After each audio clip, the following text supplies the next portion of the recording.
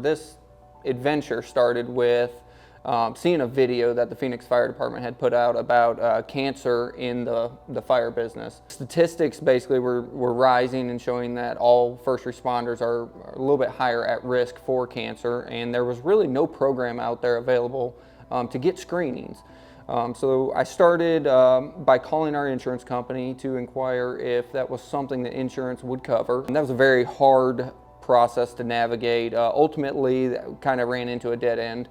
So I started calling some of the local hospitals to see if they were interested in helping us out or if they even had a program. Came up with calling SCOA, and I called on a Friday afternoon, and by Monday I had some answers. We get annual physicals, we have mental health backups, we've got all that stuff. On the cancer side of it, my focus was always what we're bringing into the fire station, how are we cleaning things, that was it, not on the scan. And so when Nick brought it and said, we found someone said they do it, and I'm like, darn right we'll do it. That's fantastic. What are the details? Let's figure it out. And it moved extremely rapidly after that. Having access to programs for screening is one of the big problems in our state and in our country in general. What we've been able to do here is offer them a free and easy and convenient way to come in and get every single test that they need to get done at one time without having to go see multiple doctors with multiple different appointments. Hearing back from SCOA immediately was a huge shock to me. I had been shot down multiple times by other organizations, and I just didn't know what to expect. So to get a phone call back from Wade on Monday morning, I was very excited about it. Just hearing that it hadn't died there, I was very happy. So it's come a long way, and we're very proud of this program. We're doing all the other things we're supposed to, mental health, physical health. It makes so much sense. Why are we avoiding this? Firefighters in particular carry about a 60% increased risk in cancer.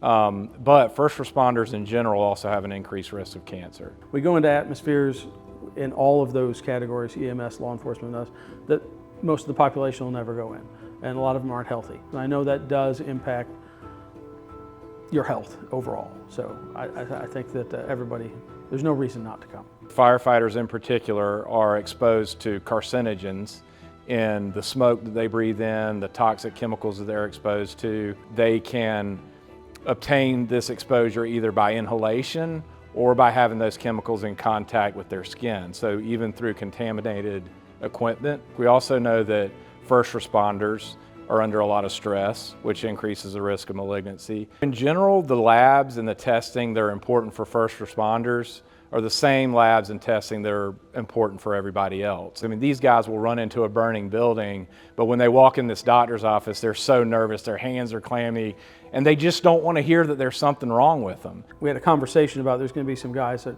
aren't going to want to know. That's just a human nature, I guess, when it comes to this type of, we're not talking about getting a regular physical.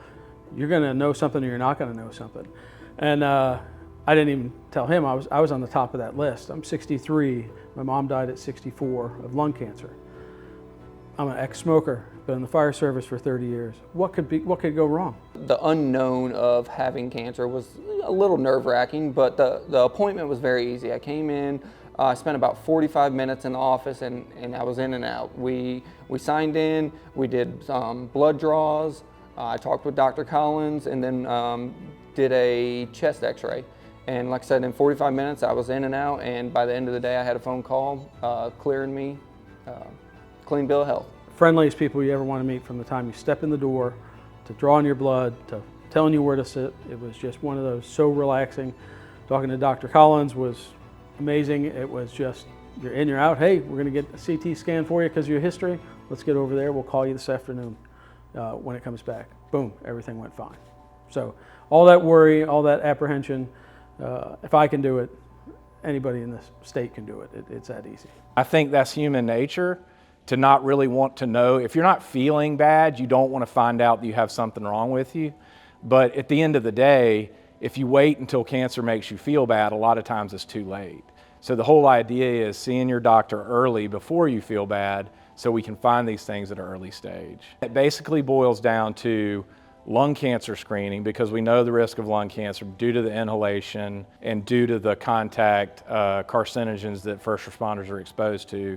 We've basically been doing a chest x-ray to screen for lung cancer in the younger firefighters, and those that are over 40 years old with more than 10 to 15 years of exposure history, we've been doing a low-dose CT scan. Guidelines right now say that all first responders should be up to date on their age-appropriate screening for colon cancer, which means they should be getting a colonoscopy at age 45, unless they have a family history of colon cancer that would suggest they need to get that done sooner. Women should be up to date with their mammogram, and we recommend starting that at age 40. And then all first responders should also be getting a yearly skin exam because they are at increased risk for skin cancers. So far, 2/3 of our employees have actually been scanned. They've gone through the entire process. We've still got a third left out there. They're the ones we kind of got to nudge a little bit. There's always some people that don't want to know, but for all of those that have gone through, they've all said the same thing. It's very easy, it's very fast. Everyone was friendly, and they don't regret their decision. Firemen are cynics by nature, so we weren't sure what we'd get, but it's surprising that they signed up immediately. The process is very easy. The website's very inviting. You go to the top of the page and click on request an appointment, and you fill out some basic information, and at the bottom you type in that you're a first responder, you hit submit, and I got a phone call the same day to schedule my appointment. Right now we're offering the program to first responders in Richland, Lexington, and Kershaw counties, and that would include firefighters, law enforcement, and EMS.